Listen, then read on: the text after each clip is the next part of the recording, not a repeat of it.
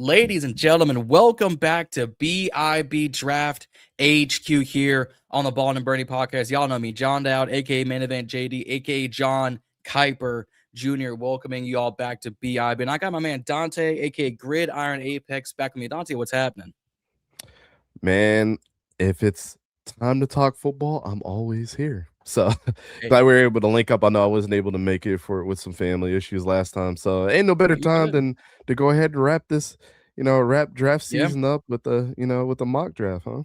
Hey, that's a fact. And everyone knows here on BIB, it's family first around here. No Dom Toretto, as I joke with Rio. It's always family first. So if ever the family thing, that happens. So guys, we are here to do a first round mock draft simulator between myself and Dante. It's gonna have a good time, but y'all, Mr. Omega, if you will. Without any further ado,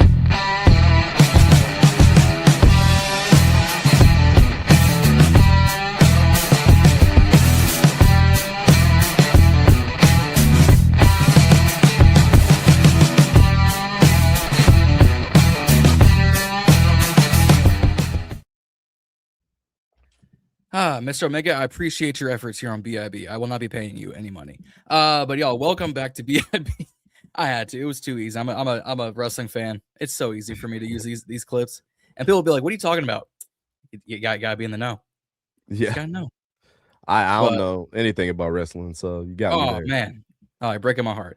But no, we are here to do a mock draft simulator first round between myself and Dante. If you're watching here on the Ballin In Burgundy podcast, and I think if you're watching on Gridiron Apex, the super chats are open. So if you guys are financially responsible enough and gracious enough to give one of us some of your hard-earned cash, because we got bills to pay, y'all. It is expensive out here. Gas keep going up. My food keeps going up. It is not cheap for your boys to do these. We just thought about PFF. They still taking our money, even though they're laying people off. Man, they're doing the my wrestling. They doing the TKO method. Oh, it's WrestleMania season. Nah, some of y'all going on the shelf. Some of y'all getting cut this season. Yeah. Exactly what they did. Like, I put RIP PFF question mark in the title, and I'm like, they took the people away. They still taking our damn money. So you know what? RIP our wallets is what I should have said. RIP our wallets. But if you're financially gracious enough to give some of us your hard-earned cash, we'll put you all up on the screen, talk about your comment, and we appreciate y'all and thank y'all. But with that being said, I'm going to pull up the mock draft simulator.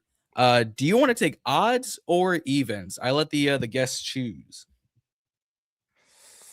I think yesterday I had even, so I'll take odds.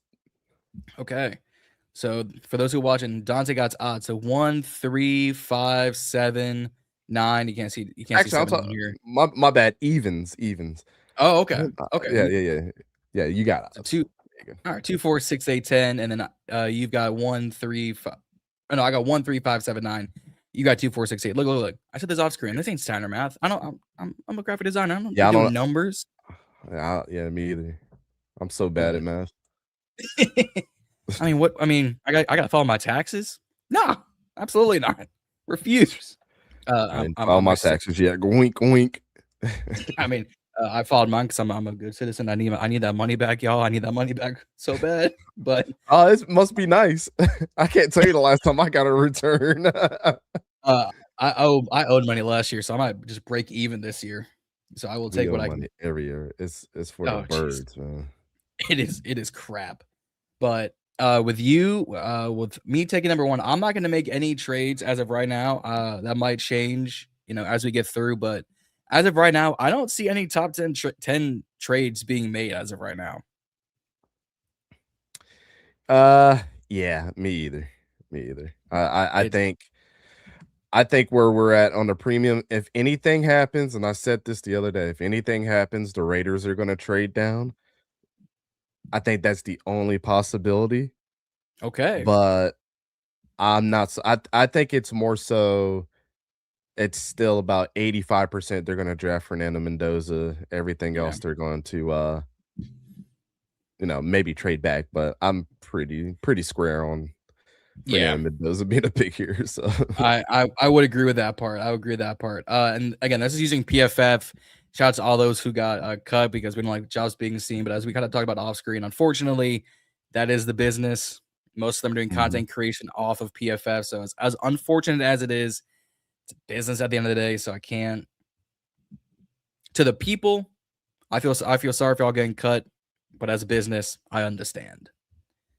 Yeah. So that being said, good. No, I was just saying I agree. We talked about it a little bit backstage. Yep. You know, business wears many faces. You just got to be prepared for the unexpected. You can't ever feel comfortable in this life. No, it always rears its ugly and bad head, unfortunately, and it did that at the unopportune time, which was like last Saturday night. It's crazy. A week's gone by since then. Yeah, man, the fact we're in April and tomorrow is Easter, golly.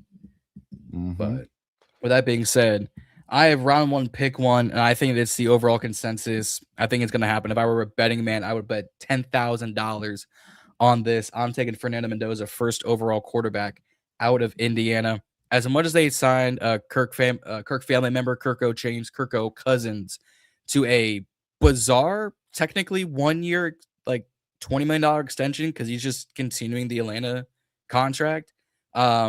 You need a QB of the future, and I think as similar as they are, Fernando Mendoza in a QB-ac offense, I kind of want to see it. Yeah, I wish nothing bad on Fernando Mendoza. I know there's a lot of people come to our channel and they're like, you just hate Fernando Mendoza. Well, you can't give praise to anybody else. That's with any player that people are hung on to. The Raiders comment section is always our most negative one. And then you see I got a bunch of Raiders fans in the chat right now that I'm super cool with. Like, these are the cool ones on from that side. But yeah, man, I think, Fernando Mendoza, I wish him nothing but the best. I've said this every single time I've said anything remotely criticizing, because it's not negativity. It's analysis that comes with criticism on the player, right? Yep. And I want him to prove me wrong, because it helps me go in and sharpen the pencil, right? On the next year if I'm wrong. But for the Raiders' sake, hope he's not a bad quarterback. I just think that there's a guy that's better in this class. You are the smaller contingent that is now getting louder and louder, and you're probably onto something here. Hey, I think we talked about this before. We did talk about this before. We did. I think it was the first time that I said the second time about Omar Cooper, and Omar Cooper's like going in the top 15 now on a lot of mock drafts. Isn't that crazy? When everybody was like, hold up. Because every time I bring that up, I bring up a wide receiver. I'm like, listen, my man Dante, Gridiron Apex, go watch the video, go subscribe to the channel. He said this in late December. And like January 20, not even like 15th came around, and people were like, maybe this Omar Cooper kid is actually better than Elijah Surratt. Should we look into the first round on Omar? And then you see him going from the 30s to the 20s. And like you said, the Jets just posted him and Arvell Reese on their mock draft at 16. I'm thinking, I saw him going to the Rams. Yeah, at 13. I saw him go to the Rams a couple days ago. Like, what the hell is going on? I'm like, I'm here for it. I'm always here for it. But I'm just like, like 85 days late, guys. Get to the party. Yep. So you might be speaking the future, and we just don't know about it yet. Hey, it is what it is, man. It's not, it's not analysis without like actually laying out the film, watching the film, watching these guys play every single Saturday up to this point. I was just re-verifying what my eyes saw in August. Like that's what I'm already got the bullets loaded in the gun by this time. Like, don't let the film come out and say, yeah, you was right by what you saw in the season. So yeah, this is easy work for a lot of us. But hey, it's like with the Jets, I think they're going Arvell Reese here, man. Again, we're gonna be putting out our edge rushers and quarterbacks later on today. Appreciate everybody that's coming and watching us for the mock draft. But a lot of people have been looking forward to our top 10 quarterbacks and top 10 edge rushers. So we're gonna be doing that one first tonight. And I see Arvell Reese as an edge rusher at the next level. I really do. Yeah. Did he make our top 10? He absolutely did. He was in there. Super talented kid. I just hope he's able to stick to one position. Losing Jermaine Johnson in the trade Need somebody to help come fill out that other side. And it's almost BPA, but it's like, if you're not going to go Arvell Reese, are you going to go Caleb Downs? Are you going to trust a guy that is an edge rusher, full time, like a Ruben Bain or David Bailey? Or do you say, man, this dude's got the age and got all the upside in the world. Can we work with that and then figure out where we want to plug and play him later? Yep. Aaron Glenn will probably have his head on the chopping block if he doesn't draft Arvell Reese, in my opinion. So he's going to have a lot of jerseys sold when he goes to the Jets. I'm going to tell you that. It's going to be the Abdul Carter effect that the Giants have. But at least Arvell would know what number he's going to wear. He's not going to take 4 months to decide a number. And then watch him go and wear 0 or something. I'm going to just throw up on my mouth. Arvell, and you know what? Because he wears... Does he wear 6, right? No, he does wear 0. No, I'm thinking the Sunny Styles. Arvell Reese and 0. Arvell Reese wears 8, I believe. 8, thank you. 0 does. I don't think 0 is gonna look as bad as I'm trying to envision a Jets jersey. I just don't like the number 0 in football. I think that's fair. I don't know. I don't know. If I was coaching, I'd be like, none of my players are wearing 0 because you guys are not zeros. You know what I'm saying? Like, you guys are way better than saying that I'm a 0. 0 doesn't mean anything in my book. No, absolutely not even. And then the NBA got like the double zeros, and it's like, what are you doing? Yeah, the what was that autogram? It was the last one. I think so. The double zeros. I just oof. Yeah, one and shout out, VL forever. 1 is a rookie number 2, but that's a whole another conversation for another debate. Cocky number, yeah. Oh, for sure. All right, here. Unless you're like the clear number 1, like a Percy Harvin or something like that, you deserve. Oh man, Percy like, Harvin. No question. No questions whatsoever. Kyler, you ain't wearing 1 in Minnesota. I ain't having. Speaking of Arizona. I'm kind of leaning towards the defensive line for Arizona. As much as they do need offensive line help, I don't think Mawinoa is worth the 3rd overall pick in my guesstimation. Especially with how people are like, you shouldn't take running back at 3. Don't take Caleb Downs at 5. It's like, well, you gotta take someone at the end of the day. Yeah. And if he's here, I think he's immediately better than Darius Robinson, which I was a fan of when they drafted him. I think he's immediately better. See, I was not. We were also picking that year at like 27, 28. So I was like, oh, maybe, you get him in the later rounds. And then I think he went in the 30s. Or did he go right before us? No, he I can't remember what pick it was. I just know it was late in the 1st round. And I was like, Darius Robinson is a 1st rounder. What world am I living in? And what did everybody else see? Because I didn't see it. Yeah, that's fair. And then they got injured. I think like the majority of his rookie year. So I'm like, well, I you know what? It's okay by me. So, I mean, both edge rushers are good. I think I'll take Ruben Bain here for the Arizona Cardinals, an immediate pass rusher, immediate playmaker on the defensive line, and it actually brings. I think he immediately becomes their 3rd best defender outside of Will Johnson and you could say Budda Baker. Mm-hmm. So I will take Ruben Bain going from Miami to Arizona, from coast to coast. Interesting. I mean, I like the pick.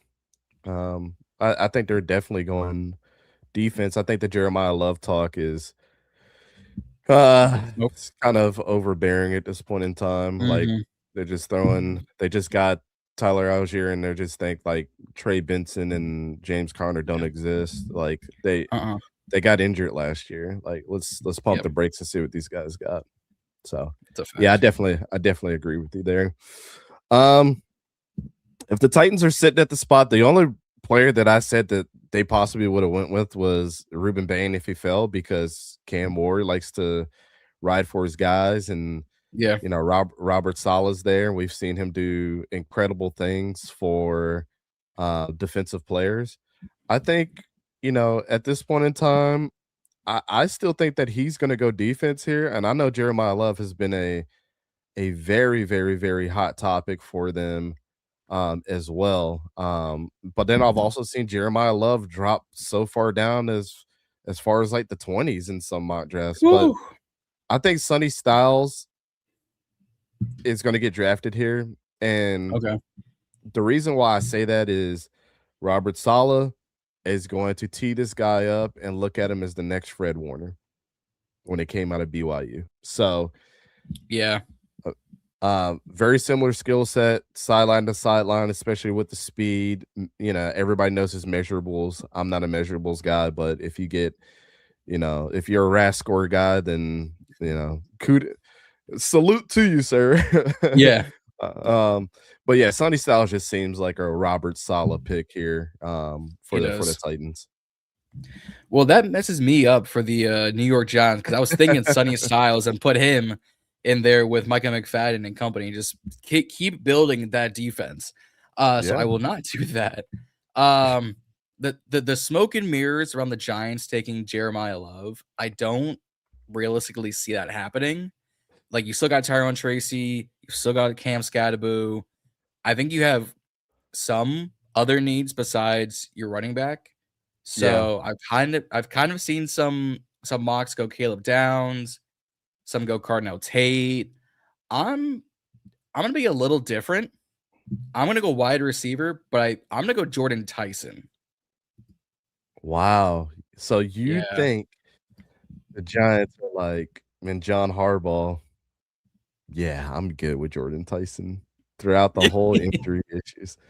I mean, he is the best receiver when he's healthy. I will say that. And I think the benefit, and like Giants fans will hate me for this, because like I love Cardinal Tate. I don't think there's anything wrong with Cardinal Tate, but I see so many mocks of Tate going to the Giants that I almost wonder if they're just not going to do it. They'd be like, oh, everyone sees this coming. Now, like, let me pull the rug out from underneath you. And Tyson would immediately become almost the 3. Or no, he would become the 2 because Wandale left. Wandale left. Yep. So they still have Malik Neighbors coming off injury. So I think the pressure of Tyson immediately becoming the one, like if he went to a Browns, went to a KC, went to maybe a Tennessee, it helps his recovery process just a little bit. Versus, like I said, if he went to Cleveland, he'd be wide receiver 1. He's like, but my leg, it's not good, coach. Yeah.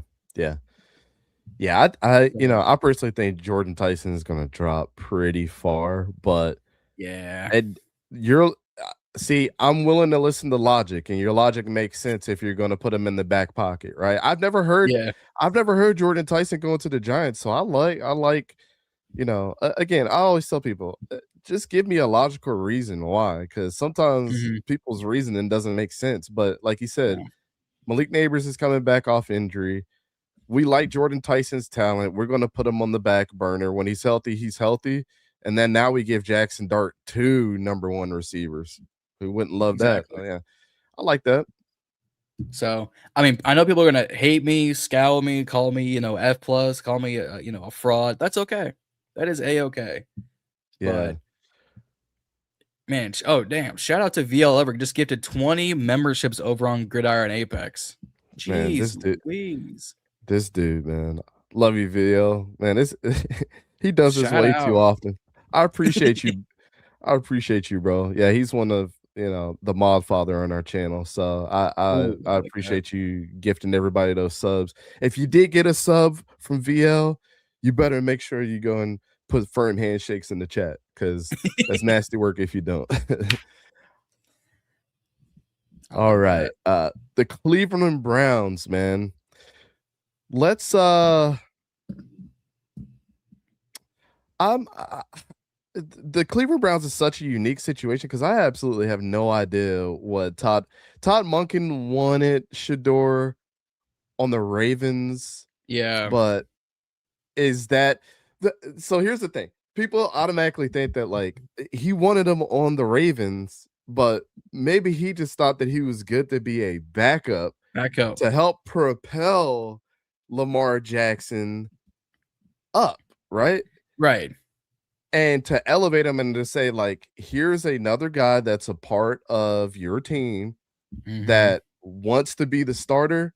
you got to take that next level, Lamar. And nobody's saying Lamar Jackson's bad. Like I think Lamar Jackson is still a great quarterback, but it's the one thing that the Jaguars didn't do for years. They didn't put any pressure on Trevor ever. It was CJ Beathard for what, like 3 years of his career. He already knew he was going to be the starter.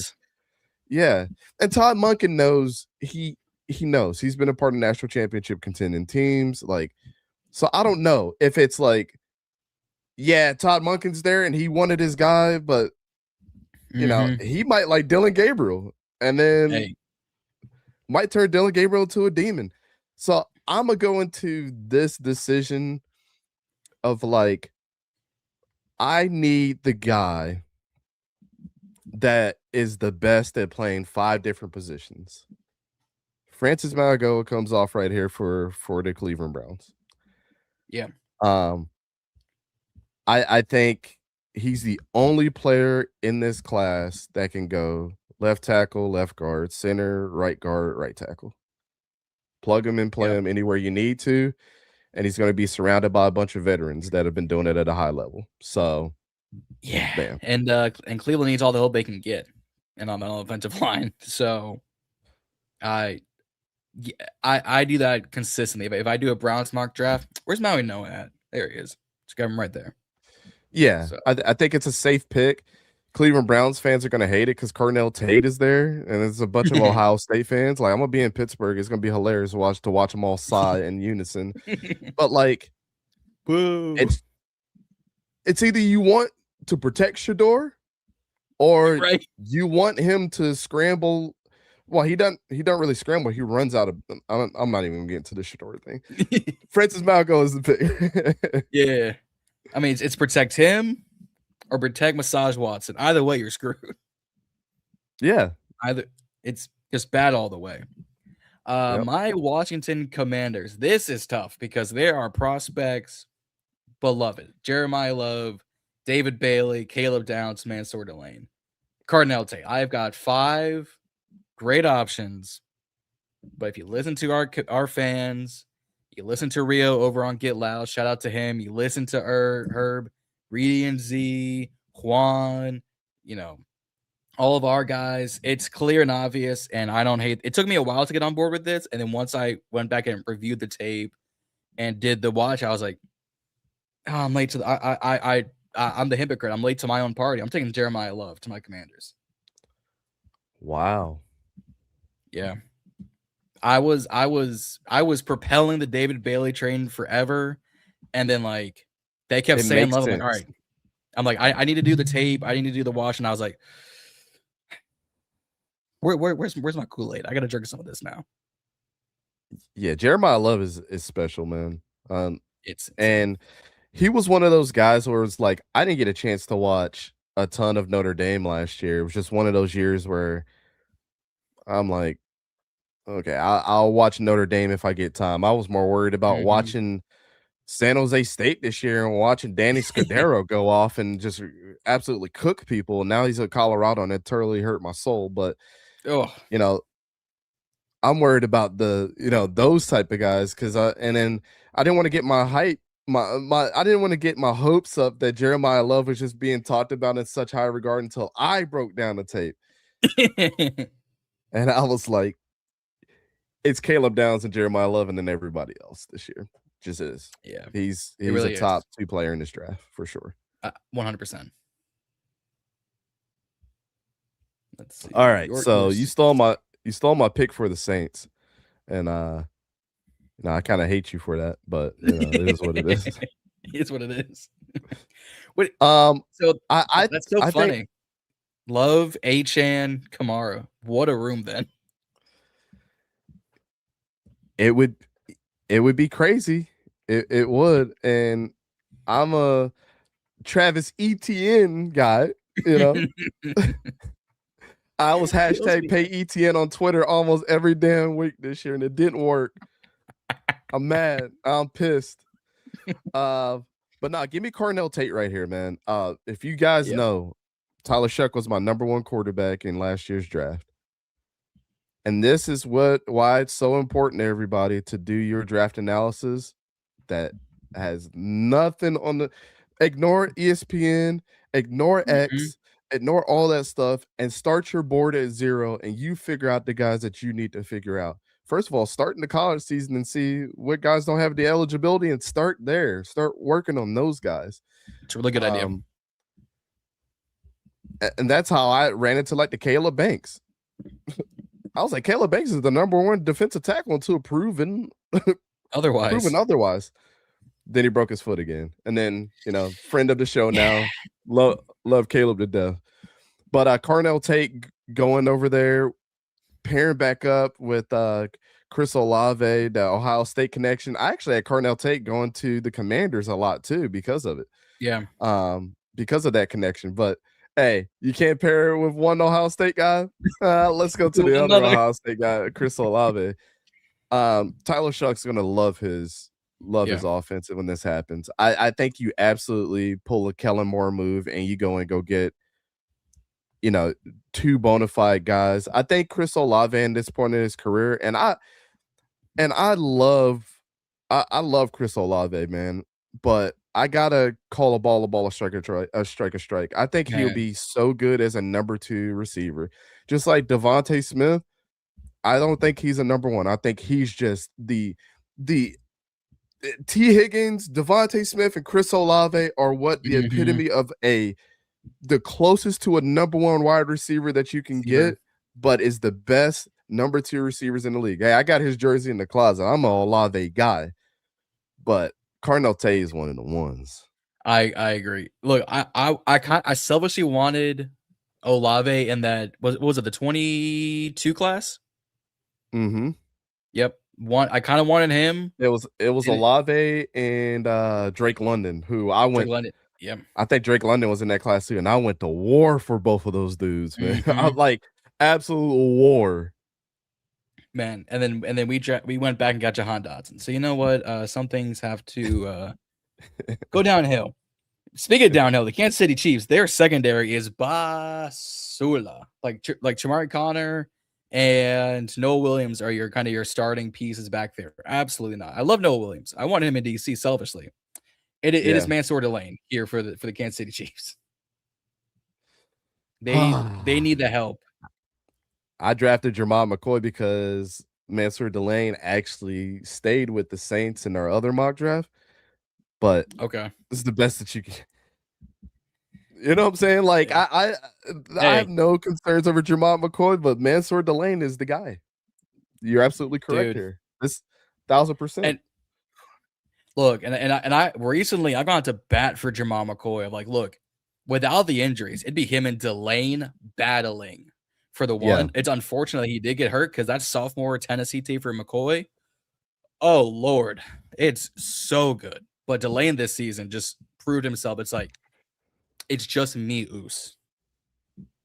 Yeah. Oh, and AJ Halsey.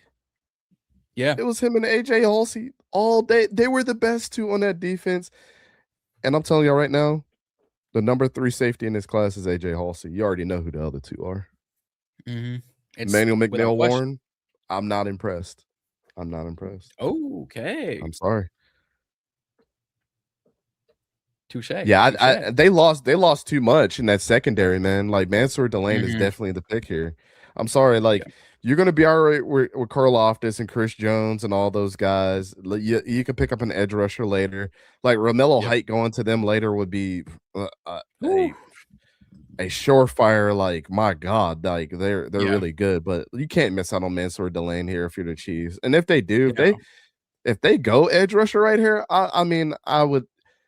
The fall off between corners and edge rushers going into the second round is night and day. You can get an edge rusher. I don't think the corners, as far as the quality corners, we're talking about Mansour Delane, Jermod McCoy, who's now back in the picture and seems healthy because he was dropped off on a lot of boards, including ours. Yeah. Brandon Cece, Colton Hood, and the list goes on and on, but there's 5 guys and then it drops off. Edge rushers, you'll be okay. Yeah. Yeah. There are good corners in days 2 and 3, but it is Delane, McCoy. You can throw Hood in there, Cease in there. If you want to throw Chris Johnson, we can talk about it. and then it's my size gut of a drop off. Yeah, and I'm a D'Angelo Pons guy. I think he's the best corner in this class, but I have to be realistic. Being 170 pounds and 5'8", 5'9", like the league is going to look at that a little different. But real ball knowers know that he's the best. He's the best in his class, dude. If he was even 5'11", 185, there wouldn't be as many discussions. Facts. So it is sad, but yes, Mansour Delane for the Chiefs. The AFC Jungle Cats, Cincinnati Bengals. Caleb Downs. Okay. Yeah, Caleb Downs here, man. I just put the pick in, run as fast as you can to get up there. This is what I'll say about game-changing players like Caleb Downs that nobody else is saying. And I said this on Big Dash No show, shout out to him, man. I said the Giants should draft Caleb Downs and not draft Sonny Styles because he is having – it's like having two players on the field at once that play safety and linebacker. There's no need for you to draft anybody else. The most relentless player that we've seen since Ed Reed. I'm just telling you right now, the dude has an amazing motor. Whoever put out that whole smear campaign about his knees should be arrested. He's a fantastic player. Insane. He's the best player in this draft. And it's a shame that there's teams that needed other things outside of safety and the reason why he dropped here. But just because he's drafted 10th overall doesn't mean that he's not the best player in this draft. He is the best, and the Bengals just everything is steering forward if they do this. And Bengals fans are going to be happy. We talked to a bunch of Bengals fans at the combine that were sitting in front of us, and they were just so hyped about the possibility of a Sonny Styles or a Caleb Downs. They didn't think that this was a possibility, but the way that free agency shaked out, this has absolutely fallen in their lap to make a splash play. This will be the most sold rookie jersey this year if this happens because the hometown guy is staying at home in Ohio. Fantastic. I don't know. I know quite a number of fans who would buy a Jeremiah Love Commanders jersey. I know quite a few. You know what? I'll take that back. Fernando Mendoza is going to be the biggest one because the Raiders fan base is huge. But I wouldn't be surprised if we got to the end of this because I'm one of those dudes that don't buy rookie jerseys. You want to know the only two rookie jerseys I ever bought, and I have tons of jerseys. Cooper DeJean, because I believed in that kid since day one, and Brock Bowers. Those are the only two that I thought would be generational. Caleb Downs, as soon as that jersey drops, I'm getting it. No matter what team he goes to. I don't buy rookie jerseys. Fair. I don't either. The earliest jersey, I did it back. I bought a Jay and Daniels jersey, but I was like, I need one today. And actually, I got one. But I understand from your perspective, though, because like you guys have been waiting for something like this to happen for a long time. It's kind of like what you guys were in the situation that the Raiders are in right now. Just draft a quarterback, bro. Just do it. We can't get any worse than we are. And the guy's a Heisman winner. You know, did everything that he could for two schools. So your situation was exactly what the Raiders are in right now. Yeah. So I don't blame you there. You just want to see it happen. I only see it happen. And then I went to DC for that Sunday or that Friday night game or Thursday night game. I got me a Super Bowl throwback Jaden for like 40% off in store. I was like, yeah, I'm buying. I'm leaving here with something. Yeah. Hey, that mock-up jersey that I reposted off your page. I hope those are the ones. I need some good things to happen. I need some good things to happen. That's all I'm gonna say. I got no quarrels with Commanders fans. Hey, we appreciate it because a lot of people do. Right here for the Dolphins. Look, shout out to Respawn. Hey, I don't know how to pronounce the last name. Look, David Bailey should be taken here for the Dolphins because it would snipe Dallas for David Bailey, which would be the greatest thing for me is to snipe a Cowboys fan. Unfortunately, they have no receiving weapons. in Miami. They have it's Tutu Atwell, Jalen Tolbert, Malik Washington. like it's it is a I just did a breakdown on the Dolphins today. They have what, 2 first-rounders, a second-rounder, and 4 third-rounders. They are the team that could go in there and change the first 3 rounds having that many picks. They could change their whole team around in this draft. I think Miami should double dip at receiver in this draft. I think I had them double dipping that was it corner?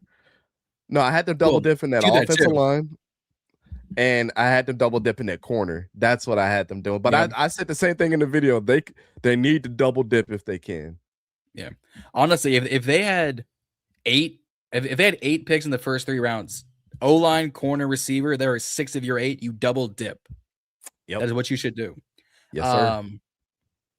And I think because of the way I took Tyson, and people are still going to scold me in the comments afterwards, I'm taking Mekhi Lemon here.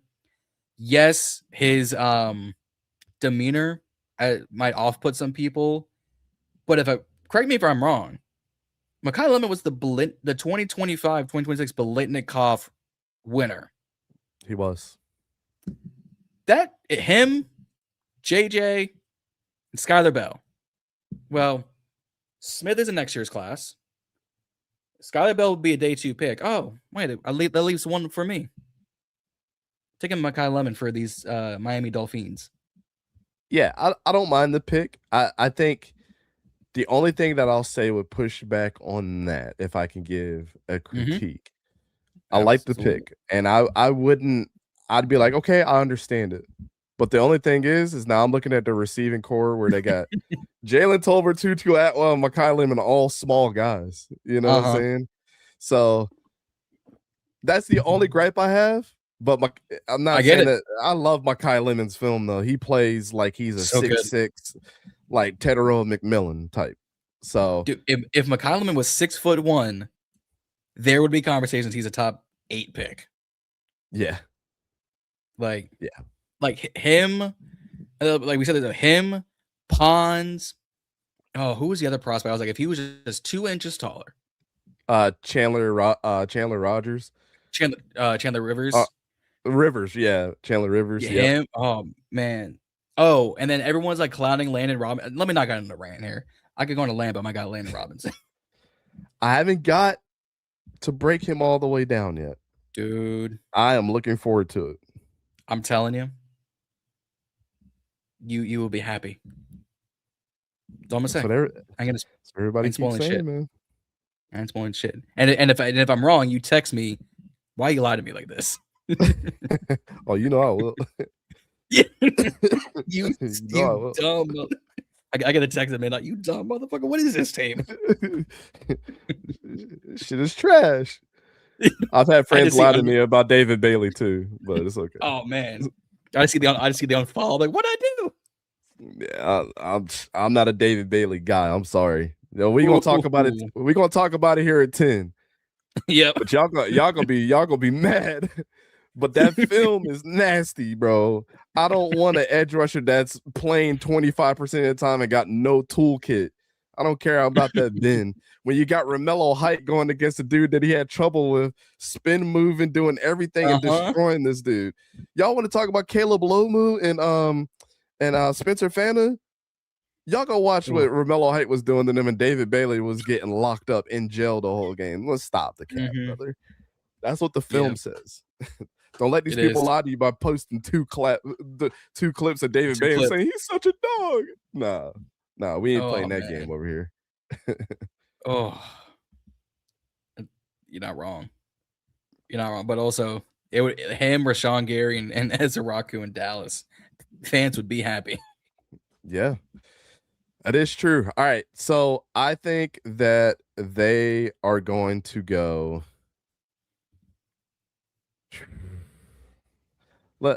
Jamal McCoy. Okay. I like that. Jamal McCoy's coming off the board right here. I love Donovan Ezeraku. I think he was my number 1 or number 2 edge last year. You bring in Rashawn Gary.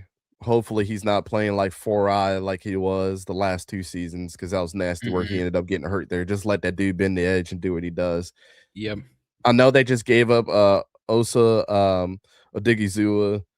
Obviously, they're going to need to build the interior D line, but the best thing that's going to help these guys work on the edges, just how cornerbacks complement edges and edges complement the corners. Yep. Jermont McCoy, man, put them there. They were getting cooked for like 12 weeks. The first 12 weeks, everybody was putting up 500 yards of offense on them, or passing offense. Jermont McCoy's the pick here. I don't think having another edge rusher just to get drowned while the other guys are not getting developed. NFL's not a developmental league to me, but I'm saying if there was any development that need to go to make those dudes work in the system, it's not going in there and drafting another guy. It's going to go get a guy that's going to help support those guys being able to do their work by getting these receivers to be held up a little bit more in the boundaries. Jermont is such a shame that he missed last year with the torn knee, because the year before they were cooking, bro. He was insane. Again, that sophomore highlight tape, there was nothing like it. Imagine if Chris Brazzell could have practiced against him all season long. Oh man, there would have been no corner that he would have been scared of this year, and he would have been top. He would have been a top 3 wide receiver in my book. But that's a conversation for another day. It is. It is. The Los Angeles Rams, look, I think this is a familiar spot for Rams fans, is to take wide receiver here, because especially when they don't know what they're doing with Devontae Adams. That's where Kyle Lehman was going a lot. They were going to go. Unfortunately, as much as I love Cooper, I don't know if Omar Cooper will be a top 15 draft pick. I love him to death. Love him. I also don't know if he would fit the Rams right now, currently constructed, and Matt Stafford is not getting any younger. Unfortunately, he's getting a lot older. Do it. I'm gonna beef up the offensive line. Okay. I'm gonna go, honestly, like, I love Monroe Feeling. I think it's Spencer. I think it's Spencer Fano. It's look like Alaric Jackson and Kevin. The other guy is they're good. You have to get younger eventually. You got to start somewhere. I'm taking Spencer Fano. Yeah, I mean, if you're going to take a tackle, you need to take it here for their team. Especially the only guy that would have fit there on that offense at wide receiver would have been Mekhi Lemon. I don't mind the pick at all. Unfortunately, that is what Rams fans will. It's not a sexy pick, but it's the right pick. And I know a lot of fans are like, "Why is David Bailey still on the board?" Because Dante is smart. So Baltimore Ravens. This is another one. Arm length. I don't care about that stuff.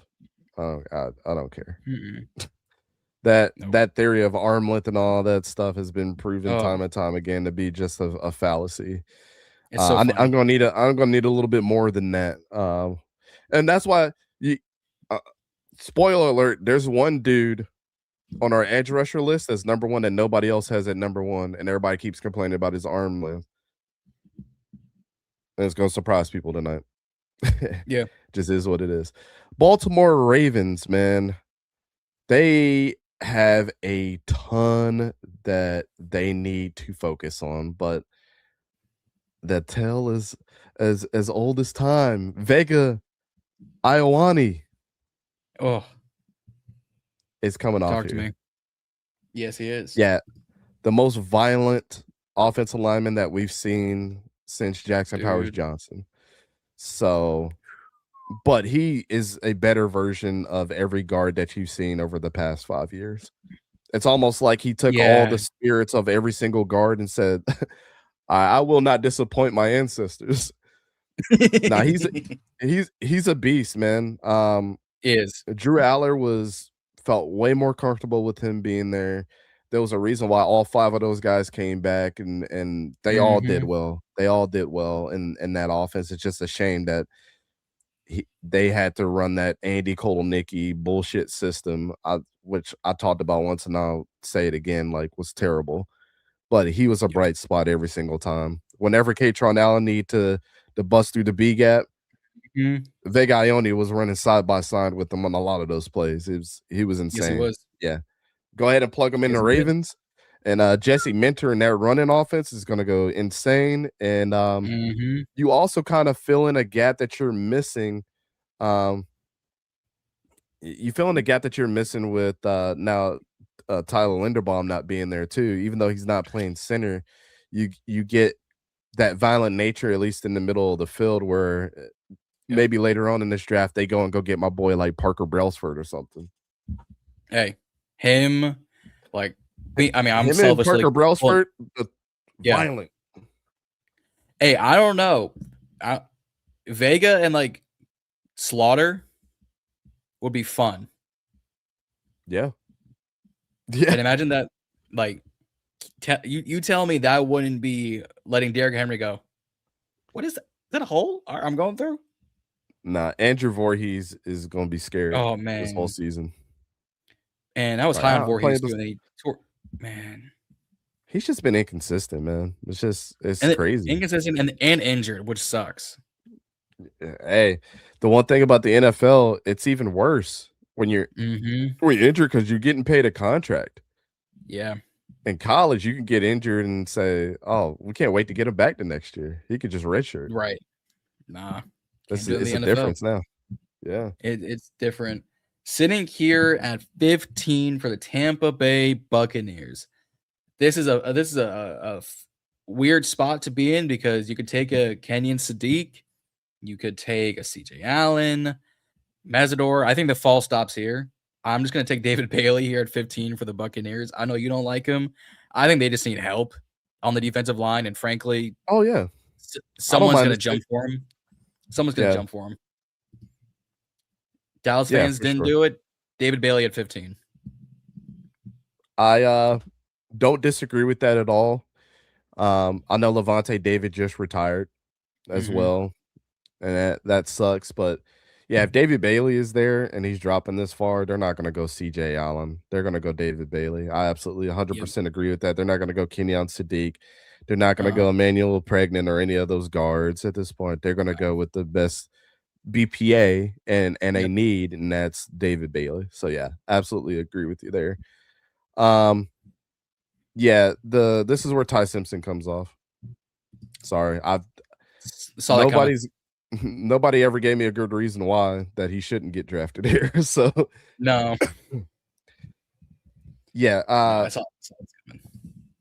again, I have Ty Simpson as the best quarterback in this class. We'll explain later. I mean, the thing that I'll say that, I'll probably repeat tonight, but my biggest reasoning is, how many times do we complain about our teams drafting quarterbacks that have no potential to carry or haven't been through any adversity and expect them to go to a crap team and able to carry them?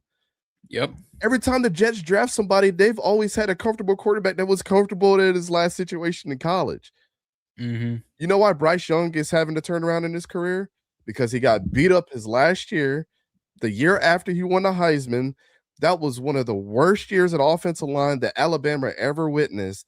Then he went to the Panthers, got his ass beat for 2 years. They finally started building around him, and now we're starting to see like, oh, Bryce Young is actually, his height is an issue, but like he's actually, going this way now. He's good. Ty Simpson dealt with the worst running back situation since 2002 in Alabama's history. There's never been a worse running back in that school as a starter than Jan Miller. I get that he was injured, but they were ranked 126 out of 134 schools. That's never happened with Alabama. Tell me a team that went into the college football playoff with a run game that was ranked worse than 80th. There wasn't one. His was 126. How the hell did Alabama get into the playoffs? because this man carried this team time and time again with gastritis, a bum elbow, ended up playing Indiana. They crunched him up. He, broke his ribs in that game, then still competed at the combine, still did his pro day, didn't give an excuse for himself. Yeah, man. Ty Simpson's been through it, got carry potential, and had wide receivers that had 8 drops in the game that could have totally ruined his confidence at times. So I was about to bring up was it Ryan Cameron Coleman now had 10 drops on the year. Yeah. That's the second time that's ever happened in Alabama's history. Yeah. And that's not even including the other receivers. 10 by his loans. Oh, man. Isaiah Horton was horrible.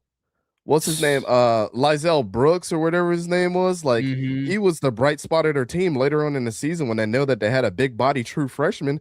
And Jeremy Bernard, when he was getting double teamed, of course Ty Simpson wasn't throwing it downfield. Joshua Cuevas was awesome too when he got the opportunity to get thrown to. Yeah, Ty Simpson carried his team. I don't want to hear that. No shit about that he didn't. He's ready to go and be the Jets quarterback and take it all on the chin and possibly be the most successful Jets quarterback coming into a crappy situation that we're going to see. He's like when Baker Mayfield went to the Browns. The Browns didn't need no quarterback that came in there all scared, worried about. He got them to the playoffs. Was the first quarterback to do that and win. First quarterback to do that in a long time. Where's Baker Mayfield at now? Yeah, I don't want to hear that, man. Some people are meant for the moment, and he's meant for this moment, and he's going to go to the Jets, and he's going to be good. He's going to be good. So, miss me with all that. I need a quarterback that's got some callus to him. Well, Ty Simpson does. Came in and playing Indiana at minus 20 pounds after having gastritis. Come on. And took it. Y'all want to talk about Fernando Mendoza getting hit?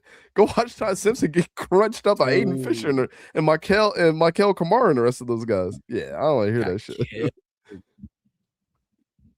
I mean, it was look, I'm a Gators fan, so I enjoyed the Alabama ass whooping, but it was rough to watch somebody. You're like, y'all gotta protect this man. Yeah, I can get on the Ty Simpson train all day, brother. It ain't close. I ain't Dan Orlovsky. Is that gonna be a rookie jersey you're gonna buy? Is a Jets Ty Simpson jersey? No, I ain't gonna buy a Ty Simpson jersey, but I'm a huge fan of his though, man. Yeah. Like, I mean, I'm a Florida State guy. When they beat us, I was like, this wasn't Ty Simpson's fault. This was not.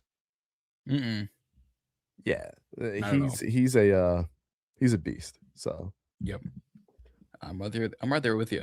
17 to the Lions. They need a couple things in all honesty. Frank Ragnow retires. They're talking about Penei Sewell to the left side. I can't wait for that. That's gonna be so much fun. I think it's happening. It probably is at this rate. And the selection I'm about to take is going to confirm that. I'm taking Akeem Mezitor for the Lions. Give me the older prospect, because I think the Lions have to win the next 2 years or Goff's gone. So I think Mezitor and Hutchinson can be, if both fully healthy and DC dials it up good, I think that could be fun. Yeah, I think that's a good pick. I mean, again, in another situation where you got the Lions that have been struggling at corner. I mean, Aiden Hutchinson was hurt and only carrying on one side. Like, keep your corners healthy. You invested a lot in their youth, and so now it's their time to stay even more healthy at this point. But yeah. All right, so for the Vikings, give me Dylan Thieneman. I mean, he's Wall and Rome. I feel like Dylan Thieneman is the other sure bet draft pick outside of Fernando Mendoza. Like, I think it's a no-brainer if he ends up there. He's gonna go to the Vikings. Yeah. I talked about his IQ. It's up there with Caleb Downs, regardless of what people want to say. I mean, it is. Does he have the physical traits that Caleb Downs has? No. No. But you're talking about a coverage safety for the most part that is a playmaker. I think you're getting I know he's going to get compared a lot to Harrison Smith, and that's great. Like, I understand why they're doing it. Two white guys that could hit you and intercept the ball, and I don't really think that's his archetype. I think he's a little bit. He could be better than Harrison Smith probably in his career. I think his coverage skills are very, very sneaky. I could see Dylan. You've seen Dylan Thieneman playing the nickel like he is the fastest dude on the field at times. Yeah. Dylan Thieneman going to the Vikings is a great pick. And I wouldn't be surprised if Harrison Smith is like, yeah, I'm about to mentor this young man too. We need you here, brother. Need him. I'm gonna make this quick because for whatever reason my computer wants to die on me, even though the cord is in. I'm gonna take Kenyon Sadiq for the Panthers. Just get Bryce some more help. Like him, Perfect. It's there doesn't need much discussion. Yes, they could go, Cooper there, could go defensive tier. Kenny Sadiq is sitting right there. Yeah. And then with the Cowboys here, I think they're going CJ Allen. Yeah. Coverage guy, can play, on the line of scrimmage if you need to. He's probably the most versatile linebacker in this class. And to support your pickup of, I believe it was Jamal McCoy. Yep. Yeah, I think this is perfect. God. All right. Something is wrong. I'm going to be right back. I'm just going to put you on the full screen. I apologize for doing this. Something is desperately wrong with my electronics, so I will be right back. But folks, I apologize for this. This is unusual for me. Yeah, we'll let John figure it all out, man. Let me see what the comment sections talk about, man. Y'all make sure y'all head over to John's page, man. I believe I got the link in the description on my side. Let me check it out, man. But I hope everybody's make sure y'all go over and sub to John's channel, Ballin In Burgundy, man. We talk a bunch behind the scenes about everything. He'll ask me my opinion about a lot of stuff. So it's the second time we're getting to collab 36 people over on my side. I know I didn't get to shout out everybody. VL, Colbert, Waveman. Hey, yo, chill out. Chill out, bro. all the back and forth about nothing is insane. Let's see. Riots. Lincoln. Ty Simpson ran a pro style offense. Yeah, he did too. My boy Manny's in the chat. What's happening, Manny?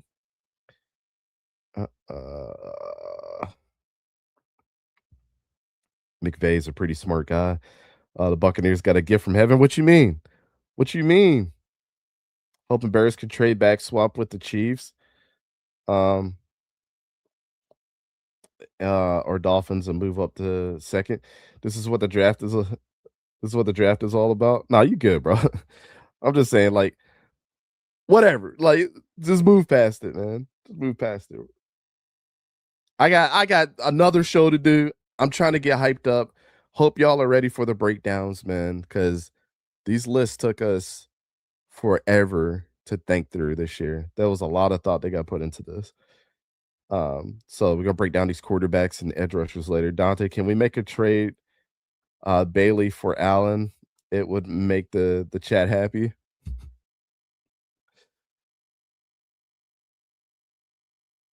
The request denied. Request denied. Request denied, man. I'm sorry. I'm sorry. What y'all got cooking over in the Discord here? This man sore picked Caleb Downs, Caleb Banks, Jennings Dunker, Elijah Surratt, Oscar Dell, Takario Davis, Harold Perkins, George Gums Jr., and Haynes King for the Eagles. Ooh, that's nasty work. Diabolical. All right, sorry about that, folks. My whole power strip decided to be frayed in 2 sections that I didn't know about. So I had to then find a new power strip. Yeah, don't burn down your house, bro. No, definitely not. I'm not Hangman Page out here burning down Swerve's house for all my wrestling fans. So again, folks, I apologize. Dante, I sorely appreciate you covering that like 2.5 minutes of just talking. I sorely appreciate that. Nah, you good, bro. We have solo carry potential like Ty Simpson over here. Hey, that's a fact. Hey, Ty Simpson already doing his job well. Already doing his job. Damn. And Fernando Mendoza just took a shot live on stream yet again. Oh, man. It's rough. Or somebody's going to say that, oh, the strays. The strays, how could you? Because we can. No, I'm kidding. Man, where were we? But again, appreciate y'all for sticking on real quick. That was something I did not plan for, nor when I plan for, nor am I burning down this house because this ain't even my house. So again, appreciate y'all, Dante. I thank you for holding it down for those couple of minutes. I got you, bro. So back in at 21 for the Pittsburgh Steelers. If Simpson was here, I would have taken him for the Steelers and have him learn behind supposedly Aaron Rodgers, but I have no idea what they're doing. There's a couple of decent picks. I could take them there. Honestly, I might take Blake Miller here for the Steelers. From Clemson, okay. From Clemson. This is not a dig at Monroe Freeling whatsoever. Not a shot. I think he is fantastic. I think Blake Miller, for whatever reason, in my head and looking at the film, I just like better. And you've got to protect the quarterback. And it's like, I think it's Broderick Jones, and I forget the other person on the other side. I think Miller, no matter who's back there, I think you give him a little bit of seasoning. And because Pittsburgh, I have no idea what they're doing. Seems plausible enough. And they're in a new direction with Mike McCarthy. So I'd rather invest here than go like Omar Cooper or Avion Sorrell. I'm taking Blake Miller out of Clemson. Ooh. Yeah, we're Monroe Freeling fans. The fact that he dropped this. Hey, I'm not. This is not a dig or a slight at Freeling whatsoever. Oh, yeah, I got you. I got you. Fans, don't kill me for this one too. All right. Chargers. The Chargers are on the clock. Let's go to guard here. I think I know where you're going with this because I would too. Come on. There we go. Yeah. Manuel Pregnan right here to the Chargers. Yep. 100%. Yeah. I think that's a big move for them. Yep. They get a little bit more security up front. The thing is like, regardless of how much people want to hate on Justin Herbert, they really don't have a good reason why he performed so well last year. Mm-hmm. Just I'm gonna put it like this: his performance was equivalent to what the San Francisco 49ers on defense had to deal with last year. Mm-hmm. And the reason why I say that is because they missed both their tackles, both of them, the whole year. Then they were injured just throughout the season. This man had one of his best years that nobody talked about with adversity. Ty Simpson, anyone? Anyways. Man, it feels it smells like Bama in here a little bit. The 49ers dealt with injury after injury after injury, ended up in the playoffs as one of the best teams in the National Football League. Yep. Battling at the number one spot with the Seahawks. That's crazy. It's insane. That's crazy work. Oh, it was the Seahawks. It was the Seahawks and the Rams. It was like all three of them were going at it. And how the hell statistically, when PFF grade aside, Herbert might have had the worst consistent offensive line, I think you might say in his career, when they're all bottom 5 at each position. And it's like, I got to go get, but like he would have had a better chance of the defensive line playing offensive line. Yeah. Yeah. And that's a 4-man front. Like he could have ran behind Mac, Owe when he was still there, and their 2 interior guys, and maybe you put Deion Henley at center just to snap the ball, and you'd still be like, I feel safer with this. Like, yeah, nasty work, man. But it's hey, disgusting. I also, the thing with Justin Herbert, we've said this many times. Like his turnover worthy play rate, and like since he's been in the league, has been one of the lowest. But people say, "Oh, all he does is turn the ball over," but turnover worthy plays, say, was it his fault or was nature the cause of why this happened. Nature meaning the rest of everybody on this team allowing this being a catalyst for this turnover. So, people can hate on Justin Herbert, but stats say every single year the records that he's broken say that he's a top 5 quarterback in the league. And if you don't have him in your top 5 this year, I'm just saying your list just doesn't make sense if Justin Herbert is not in the top 5. I will not. If people make a top 5 quarterback list this year and don't have him there, I'm gonna just immediately close my laptop and go to bed because you're worse than some of these PFF dudes that just make up stuff. Yeah. But Dante, you're at work at 7 a.m. I'm closing my laptop. I'm going right to bed. Yeah. Yep. Had that dude at number 6. I'm slapping you. Like it's insane. I know you hate picking for the Eagles, man, but what you got for the Eagles here? Look, Howie Roseman is a Florida Gator, so I appreciate him. However, I'm going to do what he hates to do, and that is apparently draft winners. The stops here. I'm taking Monroe Freeling for the Eagles. Get better at a position that is in a flux. Like Lane Johnson is in a weird spot. Mailata's in a weird spot. Freeling gives you time. If it takes him another year just to sit behind them, there are really no worse better people to sit behind than Mailata and Lane Johnson if you're an offensive lineman. Get stronger now. Like, I would love Cooper here. I think you could take Emmanuel McNeil-Warren here. They did not do the greatest job this year protecting Jalen. And yes, the offense, the OC doesn't help things either. I'm taking Freeling for the Eagles. I like the pick. I think, yes, Lane Johnson, there needs to be a successor to him. Monroe Freeling's in a very specific spot where a lot of people have looked at him as a left tackle. I'm not sure if Jordan Mailata is at his wit's end where he's not still a top left tackle in the league. Sure. But I do think this is why I said this on my show, because a lot of people are like, well, can he play the right side?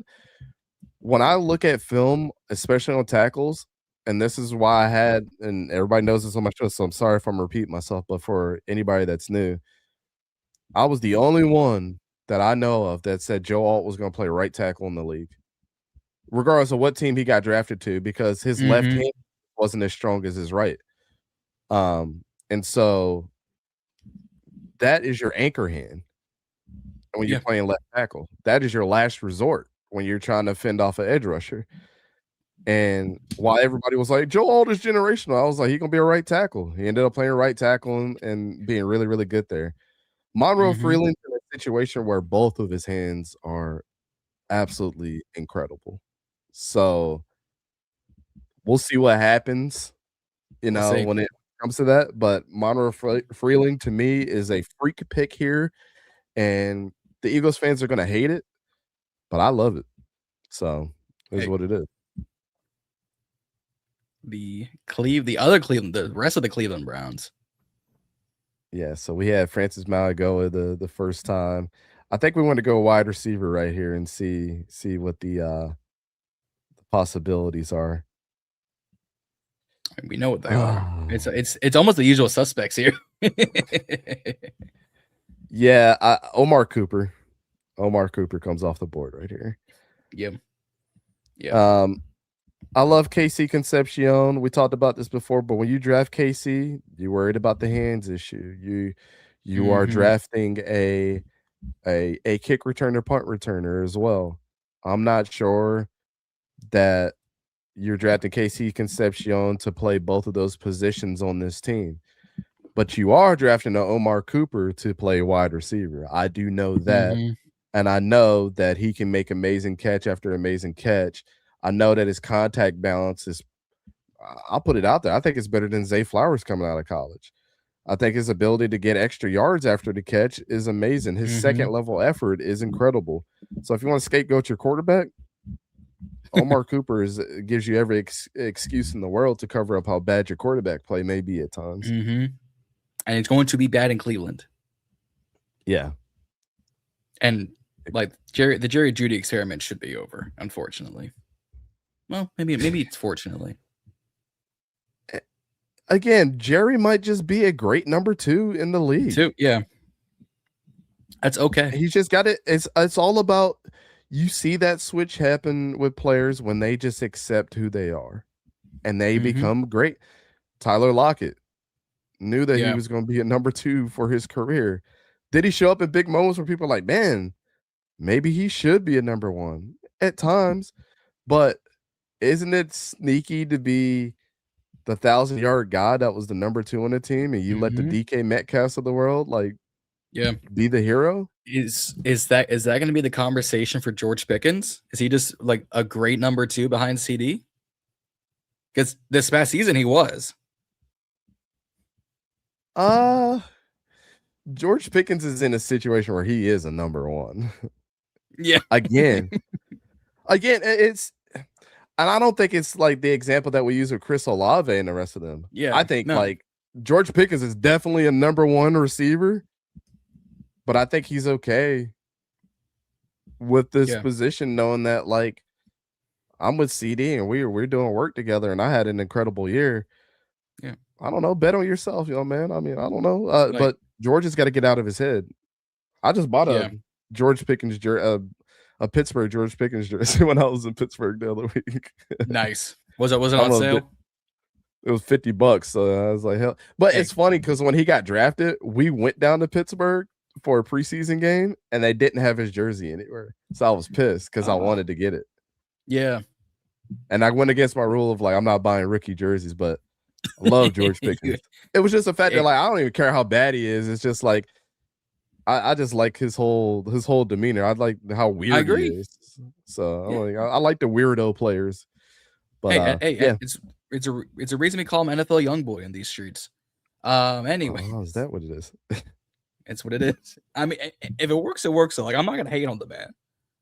He's doing way more in his life than I am. So I'm never gonna hate. Sitting here for the Bears, there are a few trains of thought for the Bears. Because shout out to Brandon Tracks, shout out to D Night, shout out to the Chicago Sports Podcast. I do pretty much all of their graphics since the Bears Commanders game, and I've gotten a decent check. So shout out to them. And they're still doing great work. Brandon just signed with the Believe Network, so he's doing the Bears and the Cubs shows now. So he's got a full plate. So shout out to him. And I've had debates with them in the group chats. Chicago in the 25th spot. If this is the way the board falls, kind of lines up to where ironically the Commanders are at 7. You have an embarrassment of riches right there. There's not a horrible pick where you're sitting, because I think you need like Emmanuel, like as much as you don't like him, Emmanuel McNeil-Warren, they just lost Jaquan Brisker and Kevin Byard. You could go Keldrick Folk to pair with Montez Sweat. You could go Candy McDonald to beef up the interior with Grady Jarrett, TJ Parker or Zion Young to also pair with Montez Sweat, Bangs or Woods. I'm sorry, Peter Woods is still here because I keep forgetting about him. You beef up the interior. He fell hard. This man fell. I remember him being in top 13 conversations like a month ago. Peter Woods, in regards to a lot of people at the beginning of the season, I remember seeing mock drafts. It was Anthony Hill Jr. and Peter Woods were at the top 5. Yeah. My have the mighty have fallen. Man, it happens every year because people are It does. It does. So I'm in an interesting spot. I think I'm just gonna go for the Bears BPA according to the PFF board, and that would be Emmanuel McNeil-Warren. It might not be the greatest pick. You might not like it. I'm gonna get safety for them. No, I understand. I'm not a big Emmanuel McNeil-Warren fan, but the one thing I can say is the dude within 15 yards of the line of scrimmage, if it's a run play, he's going to try to get there. And I can appreciate the effort from him, and that's my favorite thing. Yeah. The pass coverage is what I have the issue with, because if you're not throwing directly at him, it's almost game over. Up the seams, that boy doesn't have no type of trail technique to keep up with any wide receiver. He's not fast. Warren and Thieneman did the Freaky Friday when it came to this offseason's like measurables. You're thinking if you weren't watching a lot of film, oh, McNeil's going to be twitchy and fast and look good, and Thieneman might not. And they did the complete opposite. Thieneman was doing great, and McNeil, you're like, what happened? Yeah, he looks faster on film, but Yeah, in certain areas. And like I right. said, if there's a seam route that he's supposed to pick up in the back quarter, he's cooked. Yeah.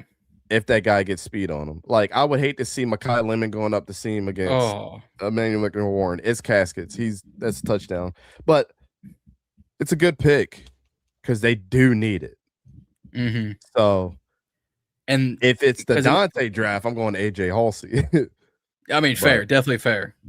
I mean, because in that division, like Amon-Ra St. Brown, Jaden Reed, Christian Watson, and Jefferson and Addison. All right, so Addison and Jefferson are going to be your speedy guys.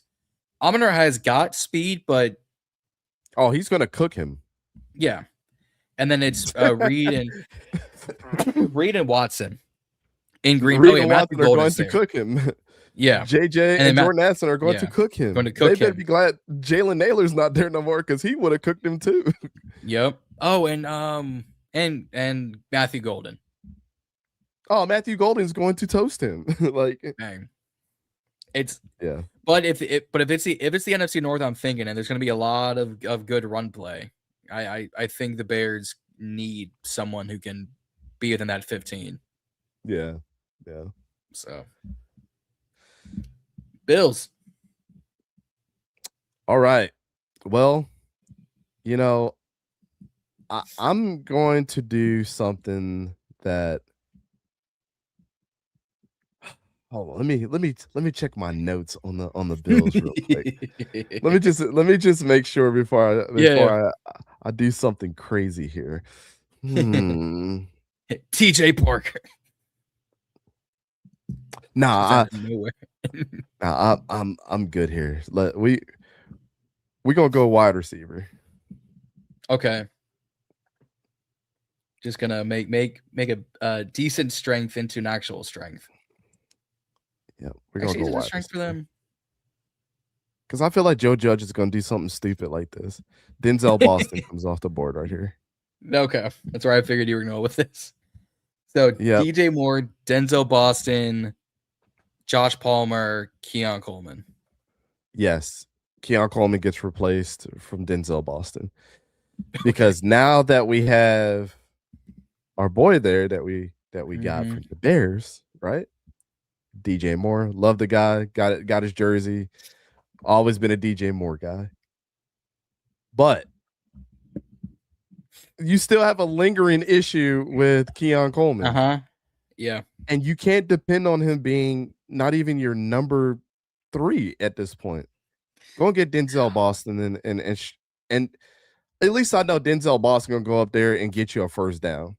Keon Coleman might be dancing before he actually gets to the ball to make a play. So, it is what it is. Cookies. Is Keon Coleman going to be the 2025 like Chase Claypool? He's worse than that. To be honest, bro, he's worse than Chase Claypool. Like, if somebody came to me and said Chase Claypool or Keon Coleman, I'm going Chase Claypool because at least I know Chase Claypool is going to multiple teams. But let's not forget his first year in the league where he absolutely went off. Chase Claypool was the shit. It's just a shame that he got in his own head. What was the nickname? Mapletron is what they were trying to give him? Yeah, something. I mean, he deserved it after his first year, but after that. But yeah, it ain't even close, bro. Like, Chase Claypool clears Keon Coleman. And I'm a Florida State guy, and I told everybody he overrated. Lazy as shit. Dude, what was it? What was the podcast with RC before was the pivot? Where Keon went on athlete. Thank you, an I'm athlete.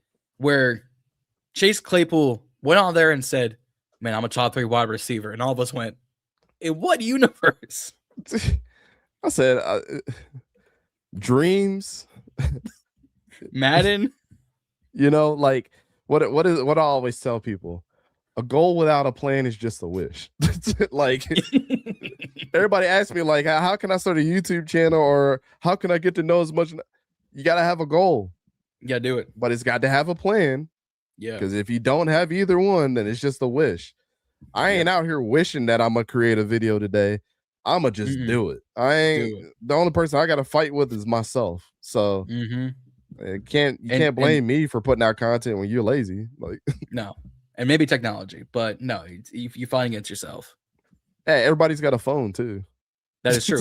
Everyone. God, I grew up. I didn't get a phone until 8th grade purely because I had to cross essentially a 6-lane highway to walk to middle school. I am so glad that happened. If I had a phone with some of these kids now, man, I'd be a different person. I'd be Zach Wilson, bro. I swear to God.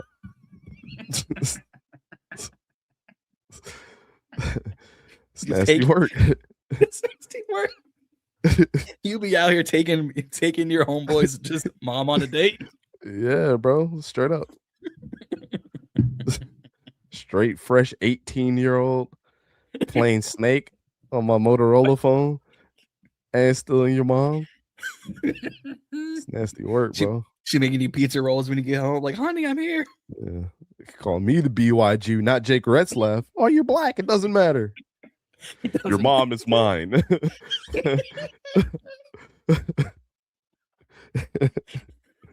Gotta catch them all, bro. You gotta catch them all. Just play immediately. The Pokemon theme just snaps into action. It's like, oh, but how did we get here?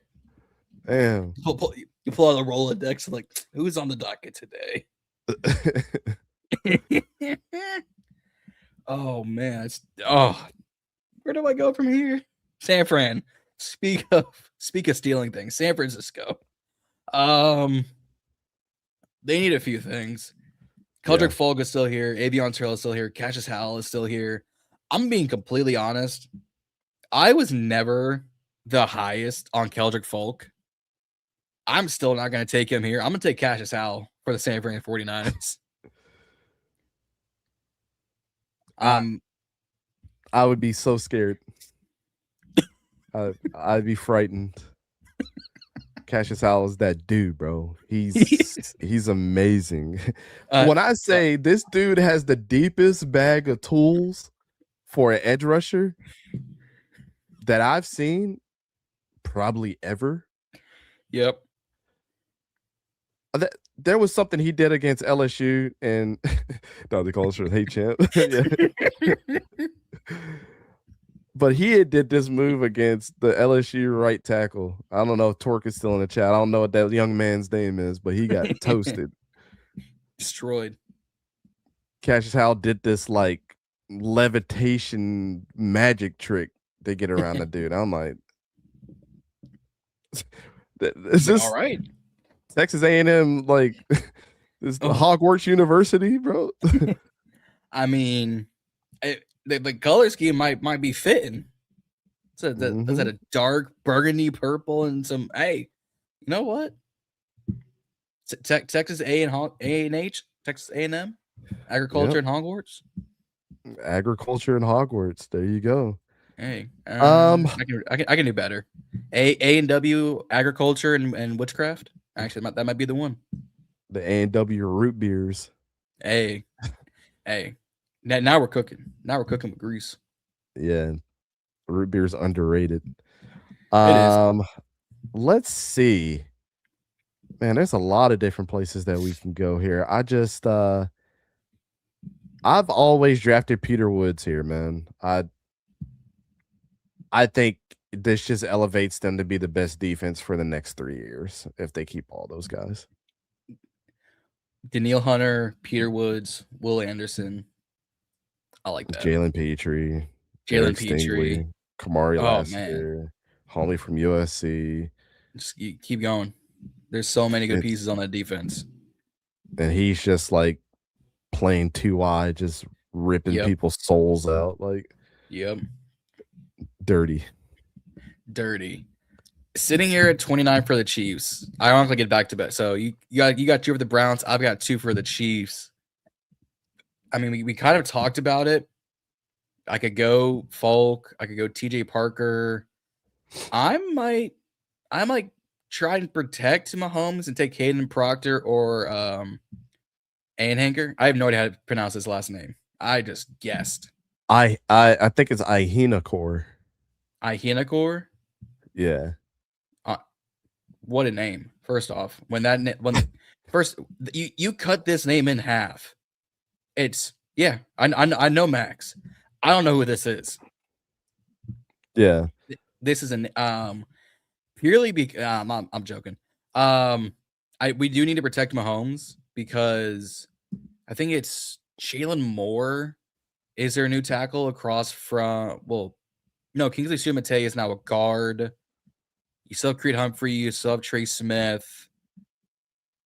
Oh, is Moore there left now? And Homeboy get cut? Juwan Taylor. Juwan Taylor, thank you. Did he get cut? Yeah, he's not with them anymore. Rest in peace to the to be honest, like the Jaguars did him dirty. He did so well his last year with the Jaguars, and we decided to keep Cam Robinson, which I'll never understand. Cam Robinson was always garbage. Then he went to the Chiefs and did worse. I was like, all right, well, sorry, Juwan. We screwed up your career. But yeah, he was bad. He was horrible. I think he led in penalties like for 2 years in a row. Dude, and those are the ones that they got. He had easily another double if you watched all the film. He's like, oh, offside. Yeah, I mean, yeah, everything in slow motion looks that way too. So I'm gonna take Caden Proctor here for the Chiefs. I think Max can be better overall, but I think if they need someone to protect him now, I think it's going to be Caden Proctor. Oh, I can't. I think he's a 3rd rounder, but I mean, if you're looking at his size and everything, yeah. To me, him going to play with Trent Williams would be better. Yeah. Than him going anywhere else if you want to develop him to be good. But like, I don't know, man. I'm not a Caden Proctor guy, but he's gonna go in the 1st round, and I'm gonna just be laughing. But this is realistic to what could happen.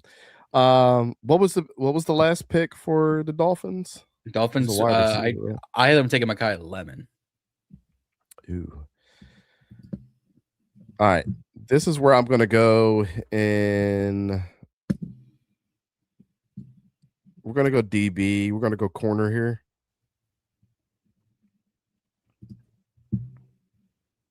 Come on. One thing, when you maximize the screens, PFF is slow as a motherfucker. Mm-hmm. That is the only gripe. They fired half the staff. So that's a fact. No server backups or anything are being done right now. So all cash processes are handled manually instead of automatically like they were before. Haha, I know because I work in IT. Anyways, Avion Terrell comes off right here. All right, I like that. I like that. They need corner help bad. Mm-hmm. They do desperately.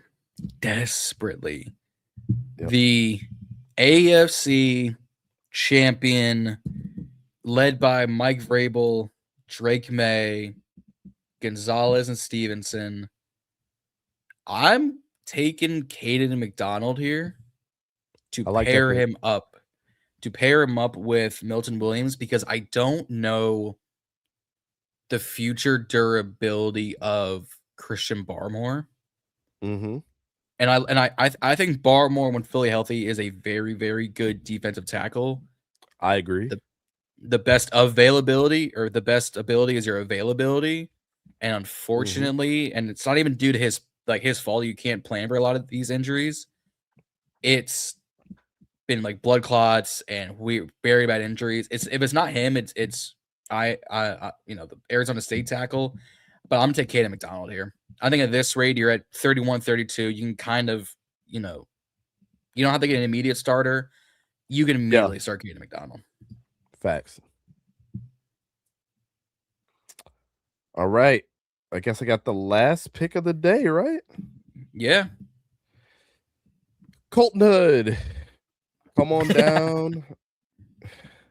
You Nice are and easy. actually go to Edge real quick.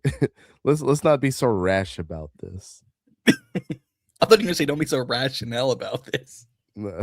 Just like, no, we gotta be rational a little bit. Let me just, because I know Colton Hood is a bigger guy. Yeah, I'm Colton Hood all day. Yeah. I don't trust any of these bums outside of our Mason Thomas. Fair. Come on. PFF, we just talked shit about you. See, I talk shit about PFF the way MMG talks shit about EA, and yet they still have me come into the river to drink the water. Mm. And just like, well, get away from it, brother. I guess I'm drinking this Kool-Aid. That's a fact. No, I think once draft season's over, I'm gonna cut it and kind of play around with different mock draft simulators. Because before they fired everyone, it was still top of the line, but now it's if you can grade properly, grade. Yeah. All right. Well, yeah. Colton Hood, big body guy. Yeah. 6 foot. Like I believe he's close to 200 pounds. Held his own at Tennessee. Yep. Going to be a good replacement for Tyreek Woolen. Actually, probably a better pure coverage guy than Reek Woolen was, and especially towards the later part of his career with the Seahawks. Not saying that he's a bad player, but like his first year was amazing. But him and Devon Witherspoon are going to be fantastic together. So they will. Boom. There we go. Actually, let me see if I can. Actually, I'm gonna leave like this. So going in order: Fernando Mendoza, obviously. Arvell Reese, yep, that makes sense. Ruben Bain to the Cardinals, Sonny Styles to the Titans, Jordan Tyson to the Giants. There's your first shocker of the day. Maui Noah to the Browns. Love to my Commanders. Cardinal Tate to the Saints. Delane to the Chiefs. Downs to the Bengals. Lemon to the Dolphins. McCoy to the Cowboys. Fano to the Rams. Vega to the Ravens, because every Ravens fan wants that. David Bailey to the Buccaneers. Ty Simpson to the Jets. Mesidor to the Lions. Thieneman, another white boy, to the Minnesota Vikings. Kenyon Sadiq to the Panthers. CJ Allen as a fan favorite there to the Cowboys. Blake Miller to the Steelers. Pregnant to the Chargers. I know people who like that. Freeling to the Eagles. Cooper Jr. to the Cleveland Browns. EMW to the Bears. Boston to the Bills. Howell to the Niners. Peter Woods to the Houston Texans. Proctor to the Chiefs. Terrell to the Dolphins. McDonald to the Patriots. And Colton Hood to the Seahawks. It's a lot of green and orange on this screen. Yeah. It is, man. It is. But look, it might not be uber realistic. I do think Carnell Tate will be the first wide receiver off the board. However, I've seen Carnell Tate drop to 11 to the Dolphins. Yeah, I've seen that before. And I'm like, I don't know. Made me scratch my head too, but yeah. I'm like, if anybody's going to fall far, I think it's going to be Jordan Tyson because of the injury history. I think we live in a world where Jordan Tyson drops out of the first round. Ooh. Yeah, I don't think that dude is healthy. No, and it's unfortunate too, because we talked about it when I took him. When healthy, he is very good. He's the number one guy. Yeah, but he's not healthy. I gotta factor that into my evaluation period. Yeah, if Jordan Tyson fell out of the first round, they're going to be fireworks in the top 10 of the second round, because people are going to go, please. So I agree 1,000%. Hey, look, I don't think there are going to be many trades in the first round. I think the second round, depending on who's there, you might see more than you think. Yeah, I think we're due for at least 4 trades in the first round, in my opinion. I don't even think it's gonna be that many. I don't see more than 2. I think no more than 2. I think because of the depth at some positions, people are gonna go, all right, I might not be able to get him, but if I stay here, I know 2 of these guys will fall because, like, if Tampa needed an edge rusher, well, if the Ravens go O-line, the Browns go O-line, and the Commanders and Chiefs go secondary, there's 4 teams that don't go where they could. I think it was pick 30 for the Dolphins. I think they try to trade back up because they have a lot of draft capital. So they could give up a first and one of their thirds and then automatically move back up, a couple spots and get the guy that they want. So I think that's a possibility.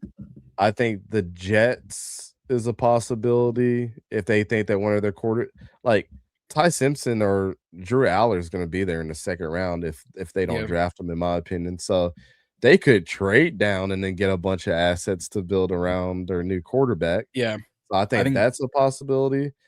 I think Dallas might try and get out of 20. They could as well. And then I'm thinking maybe the Saints too. I think the Saints might trade down and gather a whole bunch of picks because they could go wide receiver, but if they get like a second round or third round pick too by moving down, I think the possibility of them getting Chris Bell is like very, very high because of I mean, imagine them going in and drafting, let's say Casey Concepcion or let's say David Boston or Denzel Boston, Chris Olave, and then them going let's say Omar Cooper Jr. because I think that's more realistic. Omar Cooper Jr., Chris Olave, and then they go get Chris Bell. You think Tyler Shuck gonna be happy? Playing with his former teammate at Louisville? Just get them like a true proper tight end. Because like Juwan and Taysom aren't moving any sticks for me. Get him a proper tight end. I don't know if they would switch off of Juwan because that's another teammate of Tyler Shuck that he had a lot of chemistry with at the end of the season. I don't think they're gonna move off of him. If anything, they might get like a Michael Trigg or something if he's there just to beef up the room. But I think Juwan is gonna be the number one guy for a little longer. Yeah, because how old is Juwan? He's probably 27. I don't think he's quite 29 or 30. If I can spell his name correctly, Juwan. No, he's 29. 29? Yeah. Why is he older than I thought? Yeah, and if you look at the second half of the season, he was like 89, 95, 61 yards, 889 yards, 77 receptions, and 3 touchdowns. Yeah, he ain't there. I think they're solid. No. This was receiving wise, this was his best year. And then touchdowns wise, this was his second tied lowest. But like you said, a lot of this came second half of the season. Yeah. Doesn't Trigg have character issues? I haven't heard anything. Man, when people say, "Oh, there's character issues," I'm thinking I need to. Can you verify a source? Yeah, I would love to hear these verified sources because like I heard it from Trigg. He's a big ass dude. Let's see. Concerns regarding his maturity and off-field issues. Contradictory reports on dismissal. No major off-field issues.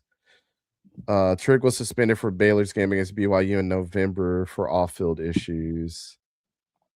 Investigation outcome: Baylor athletic director Mac Rhodes was investigated, but no formal discipline resulted from the event. Positive character assessment: competitiveness, work ethic, and positive influence. Team buy-in, dedication, and leadership potential. Yeah, I think it was. I mean, if looks like all the investigations didn't lead to any formal disciplinary action, then he's fine. No, it's so weird. Like, and they'll come out really late too. It's like when the Mike Green character issues, I'm like, all right, I know of the reports. Nothing's come of it. Yeah. And it's like, you like, I would have loved Mike Green in here in Washington, but then we took Conley Jr. and I went, the first 5 minutes of me of that pick, I was upset. Minute 6, I was like, all right, I'm back. Yeah. Y'all are right. Y'all are right. Yep. So I get it. When people say there's character issues, I go, is there reports? The police report? Anything substantial? The only thing that scares the shit out of me now, like I used to be the same way where I was like, man, character issues, you know, whatever. But until James Pierce happened, and that totally Oh man, broke my heart, bro. Because like I invested so much into that dude. Like so did the Falcons. The fact that he was good and everything too, Man. was fantastic. But like, yeah, that I mean, I don't blame the Falcons because they got what they got, bro. They got what they needed. Awesome. Like him and Walker would have been their tandem for a decade. And now it's Walker, which is nothing wrong with Jalen Walker. I thought he would have been a Panther, but I think him in Atlanta actually worked out better. Jalen Walker, James Pierce, Xavier Watts, and AJ Terrell. Not AJ Terrell, Bobby Bowman. Yeah. Billy Bowman. With Billy Bowman Jr. Yeah, we got to interview him. He was awesome. Dude, and Bowman had a good start to his career. We were high on all those dudes. Dude. Like when I say we knocked it out the park on them evaluations, like pop, pop, pop, pop. And they all went to the same team. I was like, man, come on, James. The James. When I first heard about it, I went, what? And then it just became a laundry list. And then the videos my heart fell on my ass when I heard that. Dude. I almost became that meme of like some dude just fell, like dropped to his knees in a Kmart. That was not a Kmart, a Walmart. That was about to be me. I was like, no. Man. And then people are now, never mind. I was about to bring up Ruggs. And I'm like, no, Ruggs does not deserve a second chance. I am shocked they haven't suspended or released Pierce by now. Right. Because normally these teams are quick with these newer age stuffs. And now it's just like, is he getting 10 or 15 years? Yeah. Because he got one of the charges dropped, but it's 5 charges. They each carry a max of 12 years. Yeah, something like that. It's crazy. And I mean, it'll probably be closer to 3 of those charges fulfilled, 2 with good behavior, but it's still like, y'all got to cut your ties like right now. You just dropped new jerseys. You are not buying a 27 jersey to save your life. Right. So I don't know. John, is that an SM50? No, this is an Audio Technica 100X USB mic. I am cheap, so I am manually plugged into my computer. I cannot afford the good stuff right now. Your boy's broke because I had to drop 2 bands on getting this car fixed. So you know, it's the worst. It is the worst. But you know what? I got to make it to work. I got to make these. I got to spend money to make money. But you know how this is. And I would spend the money on the college all 22 tape, but that is expensive. It is. Yeah, it's I understand why some people do it. Not everybody's fortunate enough to get the BIB Sports account, man. But no, it is sacred when you get it. Oh man, once you get it, you are not coming off of that at all, and I don't blame them. If you hit me up in the Instagram DMs, I can send you exactly what this mic is if you do want it. If not, totally get it, my man. I will help those in need. And actually, with that being said, Dante, I appreciate you coming on, spending an hour and almost 2 hours talking, having a great time to this mock draft, man. This was a blast. Yeah, man, always fun. I got to get prepared for the next one here. But appreciate you, man. Appreciate everybody that came to the chat and helped support. Make sure y'all hit the link in the description and go join the family over there at BIB with Jon and the crew, man. So appreciate you having me on, man. No, I appreciate you guys. Whether it's here on BIB or on Gridiron Apex, hit that subscribe button, help get our channels. We're on the road to 1,100. You're on the road to 7,000? I don't even know. I don't really keep. I think it's with 7. I think last time I checked it was 7,000. But I hit think that we're at like subscribe button. 6.1. So Hey, keep it going, man. Keep it going. Y'all hit the subscribe button, hit the like button so it gets both of our channels, both of our videos into the YouTube algorithm. Get us some more of you football fans, more of you Burgundy ballers, more of you college football fans. Hit the like button and then share with your friends. If you got football fans, your mom, your dad, your aunt, your cousin, your niece, your nephew, your secret wife, your secret husband, or your boss. If they love football, send them to Gridiron Apex. Send them to BIB. But I'm gonna let you get you up out of here so you can go prepare for that show. I now have to figure out this electronic situation so I don't burn the house down a second time. Y'all hit the subscribe button. We'll see y'all next time. We are out.